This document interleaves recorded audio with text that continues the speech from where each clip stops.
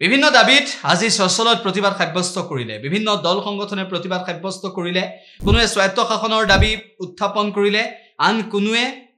শেহতীয়াভাৱে ৰাজ্যত হৈ থকা কেতবোৰ সমস্যা সমাধানৰ দাবী উত্থাপন কৰিলে মুঠৰ ওপৰত বিভিন্ন দল সংগঠন আজি সচলত উপস্থিত হৈ অসম বিধানসভাৰ শীতকালীন অধিৱেশনৰ দিনটোত সচলত উপস্থিত হৈ তীব্ৰ প্ৰতিবাদী কাৰ্যসূচী ৰূপায়ণ কৰে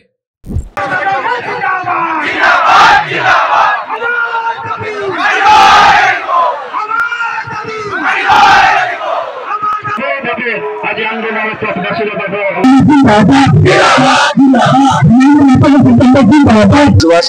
ছয় তাৰিখে ইয়াতে আকৌ 3 ঘণ্টীয়া অৱস্থান কাৰ্যসূচী লৈছিলো আৰু তাতে আমি মুখ্যমন্ত্ৰী ডাঙৰীয়াক সকীয়াই দিছিলো যে অহা 25 নৱেম্বৰ আগতে উত্তৰ উন্নয়ন পৰিষদ গঠন কৰিব লাগিব যদি নকয় তেতিয়াহ'লে 25 নৱেম্বৰ তাৰিখে আমি দিছপুৰ ঘেৰাও কৰিম কিন্তু অসম চৰকাৰৰ আৰক্ষী বিভাগ প্ৰশাসন ইমান ভয় খায় ইমান মানে ভয়াতুৰ তেওঁলোকে আমাক অনুৰোধ জনালে মই মিনাল ডেকাল কথা পাতিছিল তেওঁ অনুৰোধ জনাইছিল যে আপোনালোকে আজি যেহেতু এছেম্বলি চলিব আপোনালোকে দিছপুৰ ঘেৰাও কৰিব নালাগে আপোনালোকে অৱস্থান কাৰ্যসূচীত আমি মানে সহযোগ কৰিম ঠিক আছে আমিও তেওঁলোকক সন্মান জনাইছো আৰক্ষীক অকল আৰক্ষীক সন্মান জনাইহে আমি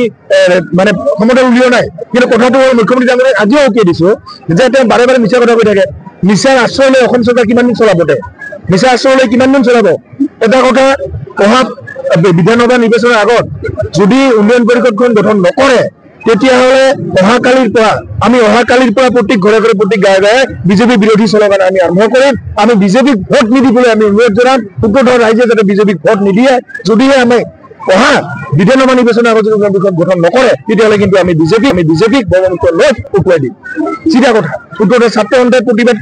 কৰি যাব ইয়াৰ পিছতে আমি ৰাজপথৰ ৰেলপথ অৱৰোধ কৰিম যদি আমাৰ উন্নয়ন পৰিষদখন গঠন কৰি নিদিয়ে আমাৰ এই আন্দোলন আৰু অধিক ভয়ানক হ'ব আৰু তীব্ৰতৰ হ'ব অসমত বসবাস কৰি থকা হাজংসকলক সাহিত্য সাহিত্য পৰিষদ প্ৰদান কৰিব লাগে বুলি আমি দীৰ্ঘদিনৰ পৰা দাবী জনাই আহিছো আৰু আজিও আমি হাজং ছাত্ৰ সন্থাৰ উদ্যোগত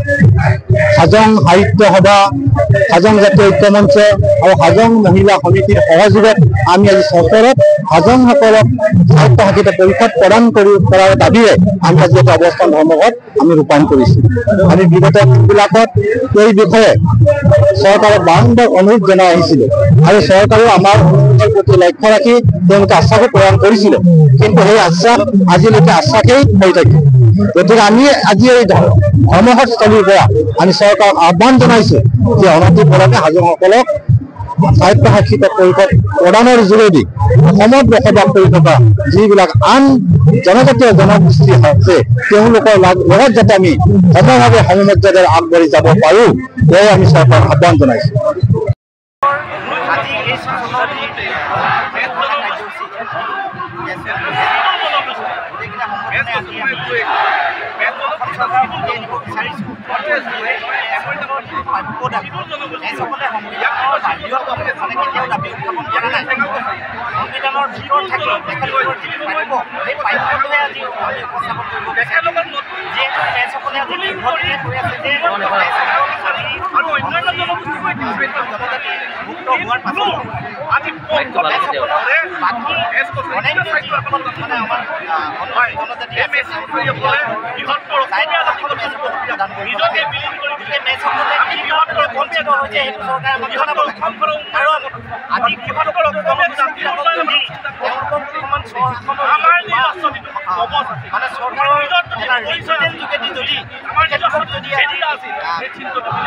অধিকাৰবিলাক যদি ৰক্ষা কৰিব নোৱাৰে তেখেতলোকক আগবাঢ়ি যাবৰ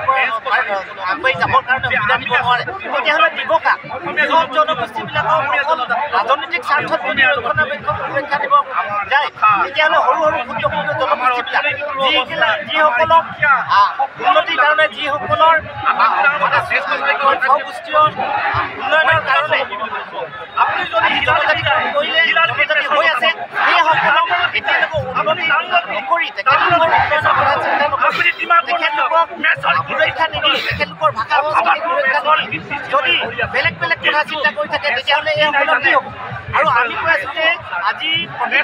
জনগোষ্ঠীক ধৰণে সুৰক্ষা প্ৰদান কৰিছে মেচসকলক কৰিব লাগে মেচসকলক কাউন্সিলৰ বিনে আমি বেলেগ বক্তব্য দেখা নাই মেচসকলক ৰিপ্ৰেজেণ্ট দিব লাগে ইণ্টাৰনেট দিব লাগে, সংবিধানিক সুৰক্ষা দিব লাগে আৰু অট'নমাছ কাউন্সিলৰ আমাৰ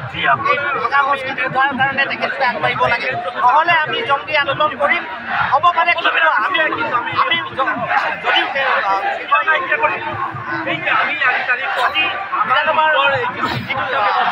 ইলেকশ্যন আহি আছে, তাত যদিও আমি জিকাব নোৱাৰোঁ কিন্তু আমি কৰিব পৰা অধিকাৰ আমাৰো আছে। গতিকে আমি এই কথাটোকো আমি চিন্তা কৰিবলৈ বাধ্য। গতিকে আমি যদি আমাক সুৰক্ষা দিব নোৱাৰে, যদি আমাক ৰক্ষণাবেক্ষণ দিব নোৱাৰে, তেতিয়াহ'লে আমাক মানে তেখেতলোকে মাৰি দিয়ক, উলিয়াই দিয়ক, আমাক ইয়াৰ পৰা শেষ কৰি দিয়ক। এই ভূমিপুত্ৰসকলক যদি সুৰক্ষা দিব নোৱাৰে, আজি শ বছৰ ইয়াতে আমি থাকি ইয়াতে আমি জনজাতি পায়ো আমি যদি এইখিনি সুৰক্ষা নাপাওঁ, তেতিয়াহ'লে ইয়াৰ কাৰণে সকলো ফালৰ পৰাই চৰকাৰে দাবী হ'ব,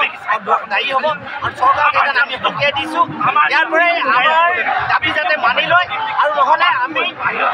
যিকোনো পৰিস্থিতিৰ কাৰণে যদি হৈ যায়, তেতিয়াহ'লে চৰকাৰে জগৰীয়া হ'ব বুলি আমি আমাৰ ফালৰ পৰা